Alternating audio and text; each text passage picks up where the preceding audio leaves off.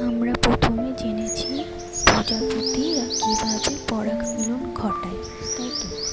প্রজাপতি ছাড়াও আর অনেক প্রাণী পরাগমিলন ঘটিয়ে থাকে।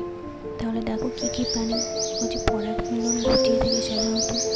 বাদুড়, তারপর ইঁদুর, মথ, বিভিন্ন প্রজাতির পাখি তাদের রূপ আর সুরে মোহনীয় করে তুলেছে বাংলার প্রকৃতিকে।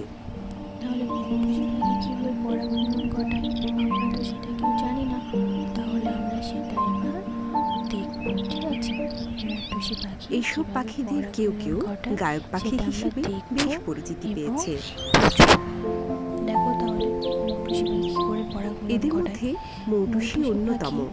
যখন ঠোঁটে করে একটি ফুলের পরাগরেণু অন্য ফুলের উপর ফেলে দেয়, তার ফলে দুটি ফুলের মধ্যে পরাগমিলন ঘটে থাকে সাধারণত।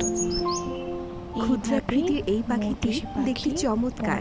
এরা বেশ চঞ্চল প্রকৃতির পাখি, বেশিক্ষণ এক জায়গায় থাকে না।